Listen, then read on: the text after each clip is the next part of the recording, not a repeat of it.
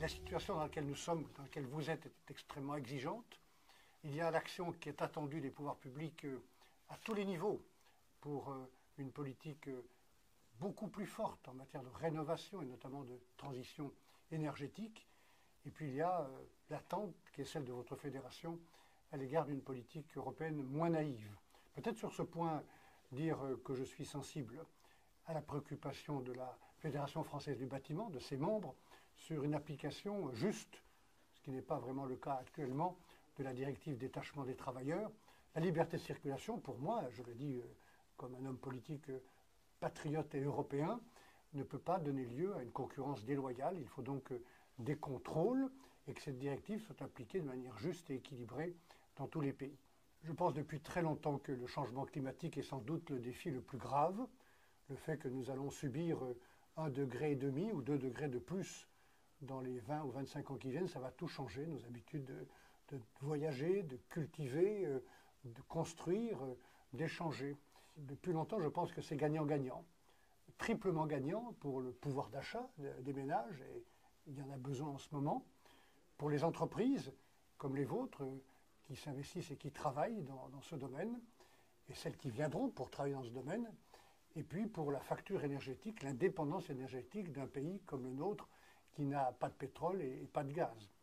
Donc oui, je vais proposer d'amplifier substantiellement ces aides à la rénovation, à la transition énergétique, et je le ferai aussi en particulier pour aider très très fortement les ménages les plus modestes, en laissant un reste à charge qui soit acceptable et supportable pour les familles les plus modestes.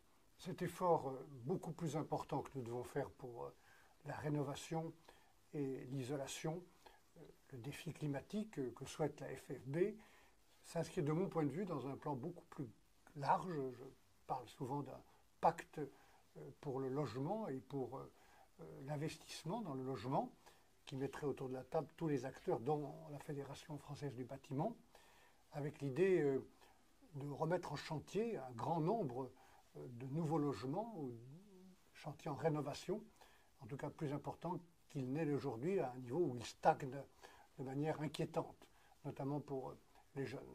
Et donc nous allons prendre un certain nombre de mesures que nous mettrons en débat avec le Parlement, avec les organisations professionnelles, sur les simplifications, notamment en matière d'urbanisme, la flexibilité qui me paraît nécessaire à donner dans une certaine fourchette aux collectivités territoriales et aux maires, en matière d'urbanisme aussi, et puis aussi une incitation aux donations entre parents pour faciliter l'accès à un premier logement pour les jeunes. Le bâtiment, vos entreprises, représentent le premier secteur employeur de main-d'œuvre dans notre pays. À un moment où on est dans ce paradoxe parfois scandaleux entre le nombre de chômeurs, de personnes qui sont au chômage, et puis un taux 2 fois supérieur à celui de l'Allemagne par exemple, et puis des centaines de milliers d'emplois qui ne sont pas pourvus, d'entreprises, vous en faites partie, qui ne trouvent pas à embaucher. Donc il faut réduire ce fossé. Ça se fait par des incitations, je pense en particulier avec les allocations chômage. Une réforme a été faite, il faudra la poursuivre. Je ne suis pas choqué par l'idée que les allocations soient réduites ou suspendues lorsqu'il y a 2 offres d'emploi raisonnables qui sont refusées. Et puis il y a l'apprentissage.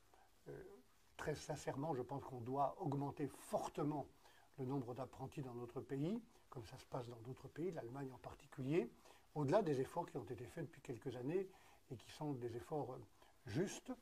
Augmenter l'apprentissage, peut-être l'encourager davantage encore, comme la FFB le demande, en prenant en compte la première année de l'apprentissage dans les heures d'insertion au titre des marchés publics, augmenter aussi les places dans les écoles de la deuxième chance. Voilà les efforts que je suis prêt à mettre en débat et à mettre en œuvre très rapidement dans le cadre d'une relance de la politique du bâtiment dans notre pays.